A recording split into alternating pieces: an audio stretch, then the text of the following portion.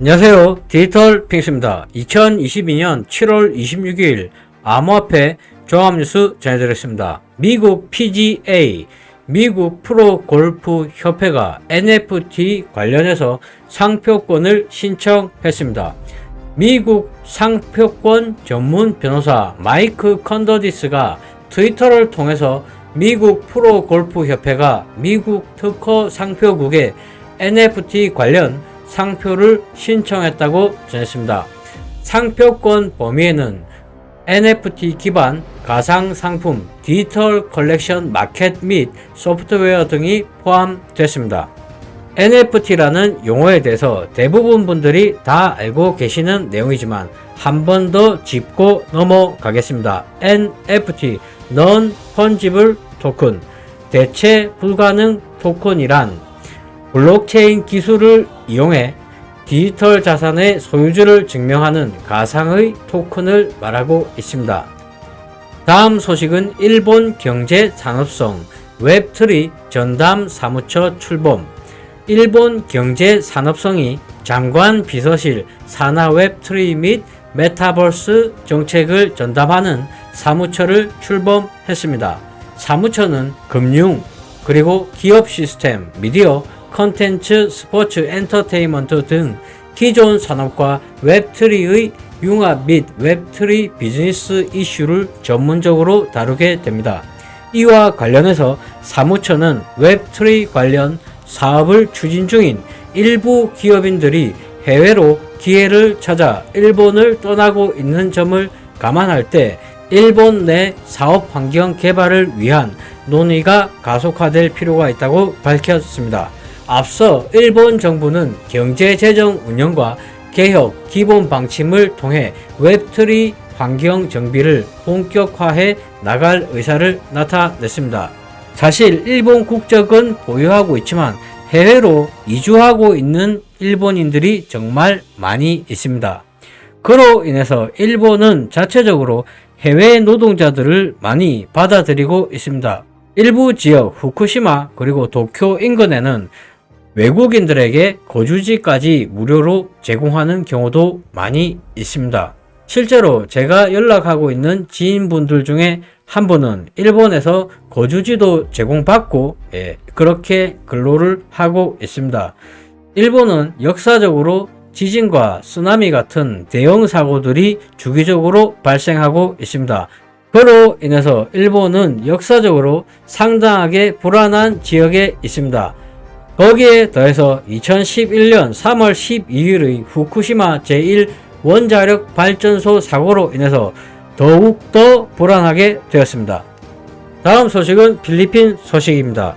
필리핀 정책 싱크탱크에서 바이낸스의 현지 운영은 불법이라고 SEC에 서한을 발송했습니다. 암호화폐 전문 미디어 코인텔레그래프에 따르면 필리핀 공공정책 싱크탱크인 인프라워치 PH가 필리핀 증권거래위원회에 바이낸스의 필리핀 운영 단속을 촉구하는 내용의 서한을 발송했습니다.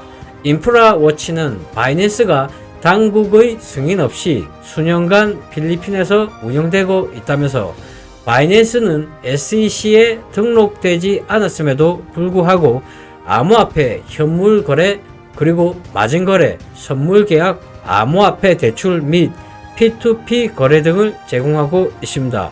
우리는 이러한 상품이 미등록 증권이라고 판단한다고 지적했습니다.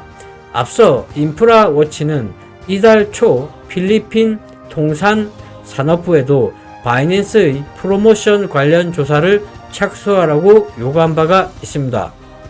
이렇게 미국 증권거래위원회 SEC가 아직까지도 암호화폐에 대해서 이것이 증권인지 증권이 아닌지 확실하게 하고 있지 않습니다. 그로 인해서 다른 국가들 역시도 명확하게 판단하지 못하고 있는 것으로 보입니다.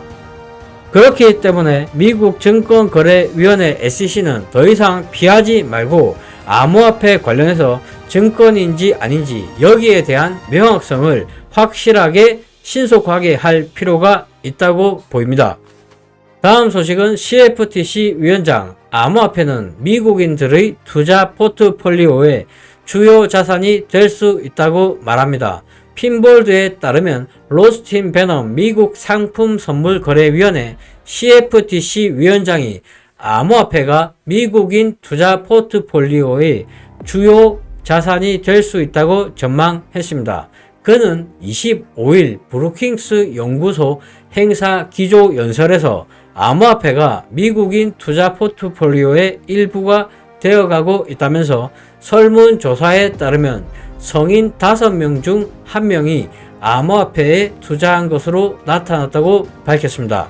이어 암호화폐 시장에는 기술 중립적인 규제 방식이 필요하다면서 CFTC는 시장 규제를 위한 노력에 적극적으로 참여하고 있다고 밝혔습니다. 현재 2022년에는 미국 바이든 행정부에서 암호화폐 관련된 첫 행정명령을 내린 첫 해가 되었습니다. 그 행정명령 안에는 분명 SEC가 단독적으로 힘을 행사하던 부분을 CFTC와 나눠 가져라는 명령 역시도 있었습니다. 하지만 아직까지 CFTC는 암호화폐 시장에 힘을 펼치는 모습을 볼 수가 없습니다. 분명히도 지금의 SEC는 고인물은 썩기 마련이라는 표본이 되고 있습니다. 하지만 아직까지는 SEC를 확실히 개혁시킬 만한 일이 없어 보입니다. 마지막 소식 전해드리고 방송을 마치겠습니다. 미국 변호사 리플과 SEC 소송은 11월 15일 브리핑 마감이 될 것으로 보인답니다. 약식 재판 절차에 돌입한다고 말하고 있습니다. 미국 증권거래위원회 SEC와 리플의 미등록 증권 판매 소송을 지속적으로 추적해온 미국 연방검사 출신 변호사 제임스 K. 필란이 자신의 트위터를 통해서 리플과 SEC의 소송 중 약식 재판 신청 제출 기한은 9월 13일이라고 말하고 있습니다. 또 이에 대한 이의 신청은 10월 18일부로 마감됩니다. 이에 따라서 11월 15일은 약식 재판 신청 및 양측 진술 관련 답변서 제출 마감일이 될 것입니다. 이를 끝으로 해당 소송의 브리핑 절차는 끝이 납니다. 이후 피고와 원고는 아날리사 토레스 지방판사의 최종 판결을 기다리는 일만 남게 된다고 밝혔습니다. 이후 피고와 원고는 아날리사 토레스 지방판사의 최종 판결을 기다리는 일만 남게 된다고 밝혔습니다. 이와 관련 그는 7월부터 8월은 원고와 피고 모두 바쁜 날들을 보내게 될 것이랍니다.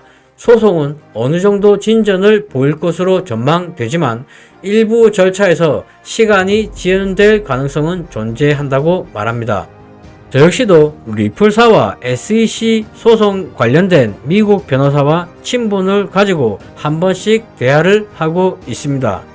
예전에 제레미 호건 변호사는 2022년 12월 25일 정도에 최종 판결이 날 것으로 어느 정도 이야기를 한 적은 있지만 하지만 제가 볼 때는 리플과 SEC의 소송은 2023년 3월에서 4월은 돼야지 어느 정도 마감이 될 수 있을 것으로 보이고 있습니다. 물론 2023년 3월과 4월이 된다 하더라도 어떻게 될지는 모르나 현재까지 나온 그림으로만 본다면 2023년 3월 이후는 되어야지만 어느 정도 마무리가 될 수 있을 것으로 보이고 있습니다. 지금 현재 소식은 2022년 11월 15일에 약식 재판 신청 및 브리핑이 마감된다고 나와 있어서 이때쯤 끝날 것으로 생각할 수 있지만 예전 방송에 제가 이야기 드린 것처럼 골드만삭스와 SEC의 사례를 보자면 모든 브리핑이 마감이 된다 하더라도 그 이후의 절차가 있고 또 그 이후의 절차에서 아무리 빨라도 3개월 이상은 더 진행이 되어야지만 마무리가 될 수 있다고 보고 있습니다. 그렇기 때문에 저는 처음부터 지금까지 2023년 3월이나 4월은 되어야지만 마무리가